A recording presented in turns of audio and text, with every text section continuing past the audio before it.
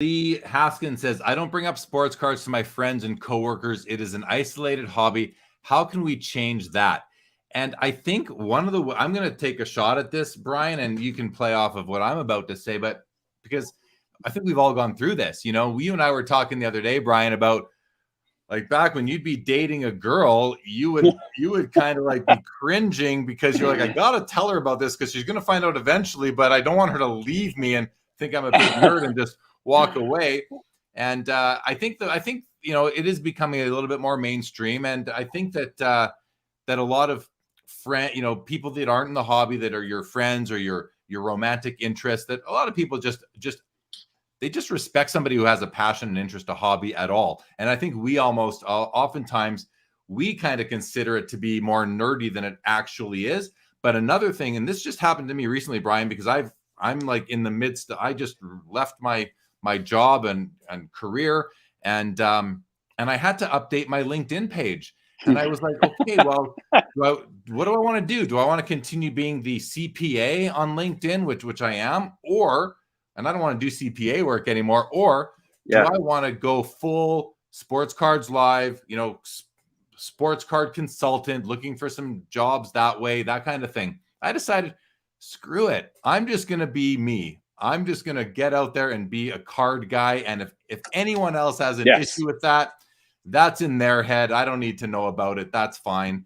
And I think that's one of the answers, I think, to Lee's comment here is how do we change that is by being proud of who we are, being proud of our interests, not being embarrassed or shy about them, and not worrying about other people thinking that, if I tell them I collect sports cards, they're going to think I'm a big nerd, or they're going to judge me or something. When in reality, people I've told this to that you don't know how they're going to respond, 9 times out of 10, they start pumping you with questions because they're so interested and intrigued by it. So that I wanted to throw that out there. So, but if you could just respond with just to round out the discussion, your experience with telling people, dating, and the element of being proud of who we are as people and as sports card collectors.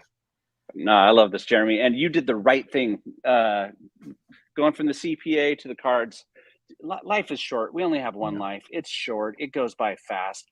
Do things you love. There's you don't want to, there's so many things you can do in this life that are actually enjoyable, that are hobbies that you can turn into careers. So I'm actually extraordinarily impressed, Jeremy, that you've done that and taken those steps. I think that was a wise move, and you're going to be much happier for it in the long run. So I find talking about cards, like I said, I kind of was closeted about it. I kept it really quiet. I remember, I would tell I remember I told a girlfriend of mine, it was like 7 or 8 years ago. And I was like, oh, by the way, I kind of collect cards. And at first it was like, kind of she wasn't entirely impressed. And then I remember I bought a box of cards and I had them with me, and I forget where we were. We were in like Charleston, South Carolina. And I was like, I'm actually looking for this guy, Frank Thomas. It's this box of 1990 Leaf. I've been saving it. It was kind of a hard day. And next thing you know, she was like opening the packs with me. She got really excited, and that was it. She wanted to go to the next card shop so we could be able to buy more packs.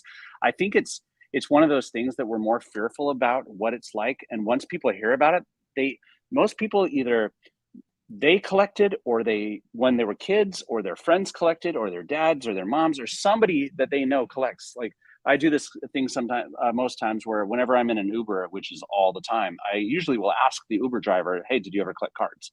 And it's amazing how many people from different backgrounds are like, oh yeah, I used to collect when I was a kid. Oh, are any of those cards still worth anything today? And now that I've kind of come out on all my social media, like on my Instagram was all my friends and family. And then there was one day, it was about 6 months or so ago, and I was like, all right, I'm going to start posting about this stuff. And it's like, I'm going to kind of announce, even though I'd been doing TikTok for like 6 months or whatever at the time, I was like, well, I think it's time I kind of told the friends and family what I'm doing. And I thought people were going to find it kind of weird or awkward or whatever, but quite the opposite. I started getting all these messages from friends from high school and college, and they were like, oh, I used to collect too. And I'm like, what? You used to collect? I had no idea. And next thing you know, I'm talking to friends from high school and college that actually have collections of their own. A good friend of mine I remember sitting next to in Spanish class all the time back, in the late '90s in Germany.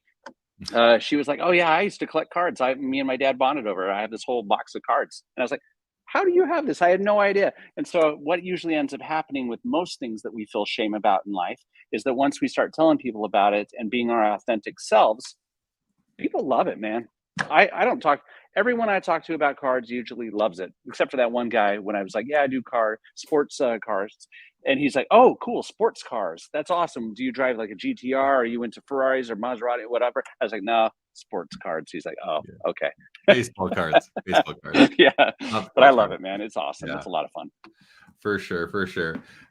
Seth Mellon, thanks for joining. Your comments are making me chuckle, and you're just teetering on the point of not being welcome with the language. But this is a for kid suitable for children broadcast. But thanks for joining, and have a great night. Colin Murray says, full timer, Jeremy, congrats. Stress free going forward. You will love it. Thank you, Colin.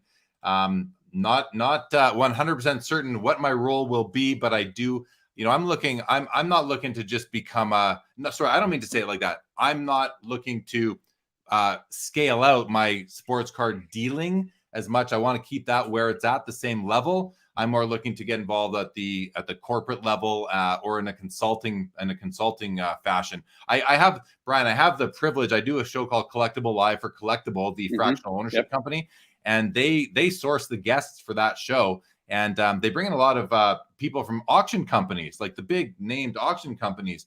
And I probably interviewed someone from all the major sports card auction companies on that channel. And what I've started telling them over the last couple of months, since I knew I was leaving my career back really at the beginning of January when things started to happen. And in any event, I've started to saying to them, listen, I'm consider myself a bit of an expert on hockey cards. If you need somebody to round that out, I'd be available. So that's kind of the thing I'm looking to do. Awesome. Consult and scale out the content that I'm doing and continue to buy and sell cards that I love to do. And of course, I'll never, ever stop collecting.